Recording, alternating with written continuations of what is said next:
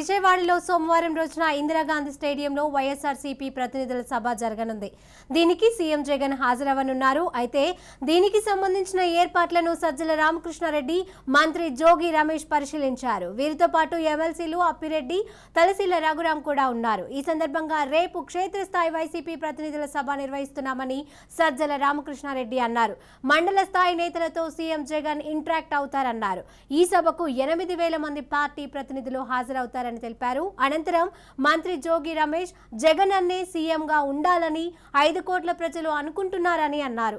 సంక్షేమంతో పాటు అభివృద్ధిలో రాష్ట్రాన్ని ముందుకు తీసుకుని వెళ్తున్నారన్నారు. సీఎం జగన్ సంక్షేమం, అభివృద్ధితో పాటు ఆరోగ్యానికి పెద్దపీట వేస్తున్నారని, ఆరోగ్య సురక్ష కార్యక్రమం దేశంలోనే గొప్ప ప్రోగ్రాం అని కొనియాడారు. రానున్న రోజుల్లో మరింత సమర్థవంతంగా ఎలా పనిచేయాలో తమ అధినేత జగన్ దిశానిర్దేశం చేస్తారని తెలిపారు.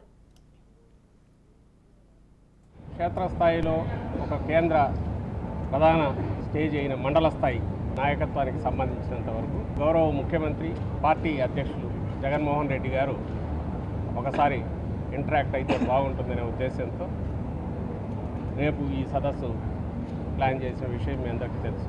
దాదాపు 8,000 మంది పైగా రేపు ప్రతినిధులందరూ పాల్గొంటున్నారు.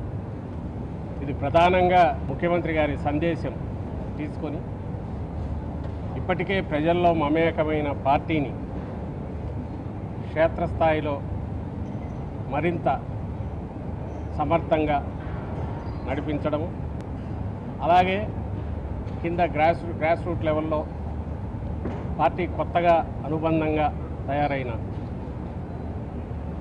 సచివాలయ కన్వీనర్ల వ్యవస్థ, అలాగే గృహ సారథుల వ్యవస్థ, నియోజకవర్గ ఇన్ఛార్జి లేదా ఎమ్మెల్యే గారి సమన్వయానికి ప్రభుత్వం వైపు నుంచి గత 4.5 ఏళ్లుగా అమలు చేస్తున్న విప్లవాత్మక సంస్కరణలు కానీ పథకాలు కానీ వాటిని తీసుకొని ఇప్పటికే శాసనసభ్యులు, నియోజకవర్గ సమన్వయకర్తలు గడప గడపకు కార్యక్రమం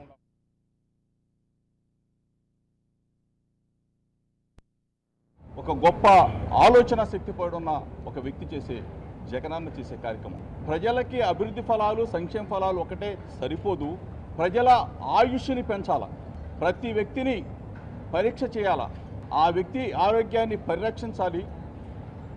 పరిరక్షించిన తర్వాత ఆ పేదవాడి ఆయుష్ని పెంచే కార్యక్రమే ఆరోగ్య సురక్ష.